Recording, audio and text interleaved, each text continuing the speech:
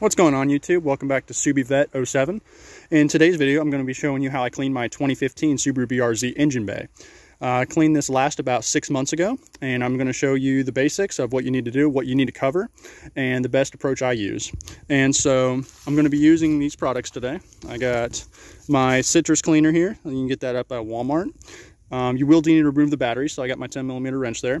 I got just a standard bristle brush. Get that at any hardware store. I got that one at O'Reilly's for about $4 or $5. And you're also going to need some Ziploc bags and plastic bags here. You're going to cover the electronics with that, and I'm going to show you which electronics that you need to cover.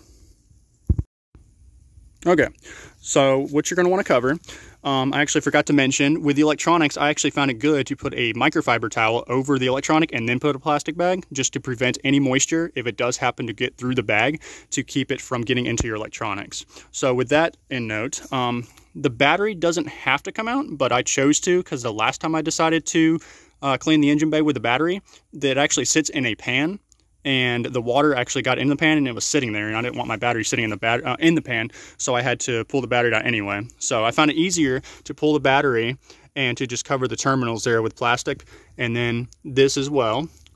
Your fuse box for sure, put the microfiber towel, cover it with plastic. Same thing with the computer, the alternator, and then just throw a plastic bag over the intake, and then you should be good.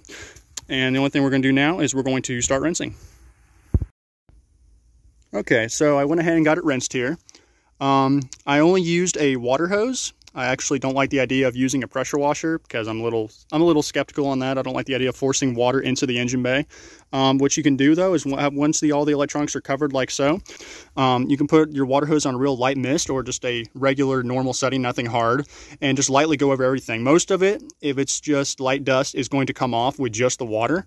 So once you do that, you're going to let it kind of sit there for a second, and you're going to go over it with a citrus cleaner. All right, so you're going to take your citrus cleaner. You're going to go over all the areas you're going to wipe down. So I'm going to start off with the front of the engine here, and you're going to just spray everything.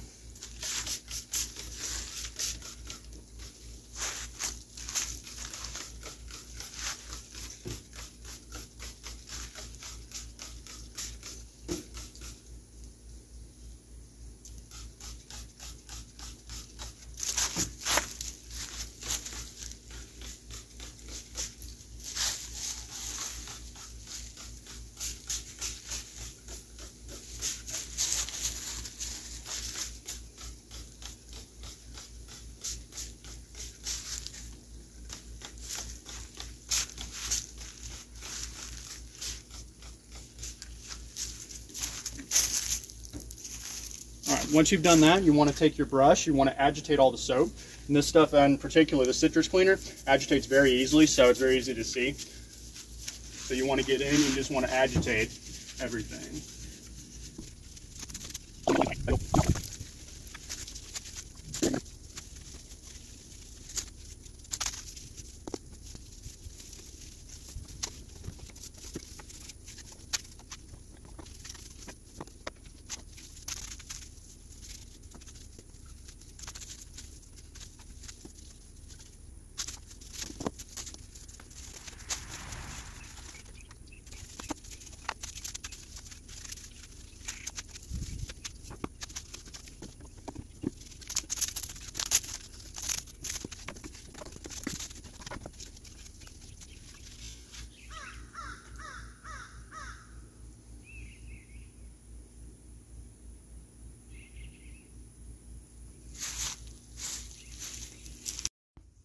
All right, I went ahead and put all the citrus cleaner down, agitated it around all the areas that needed cleaning.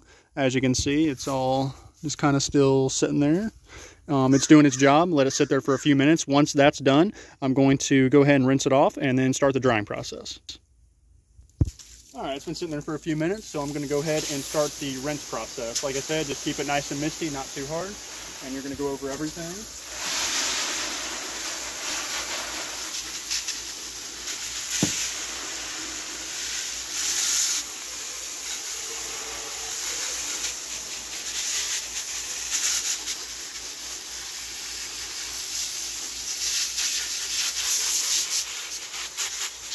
Try to avoid hitting the electronics directly. Kind of go up and around all of them.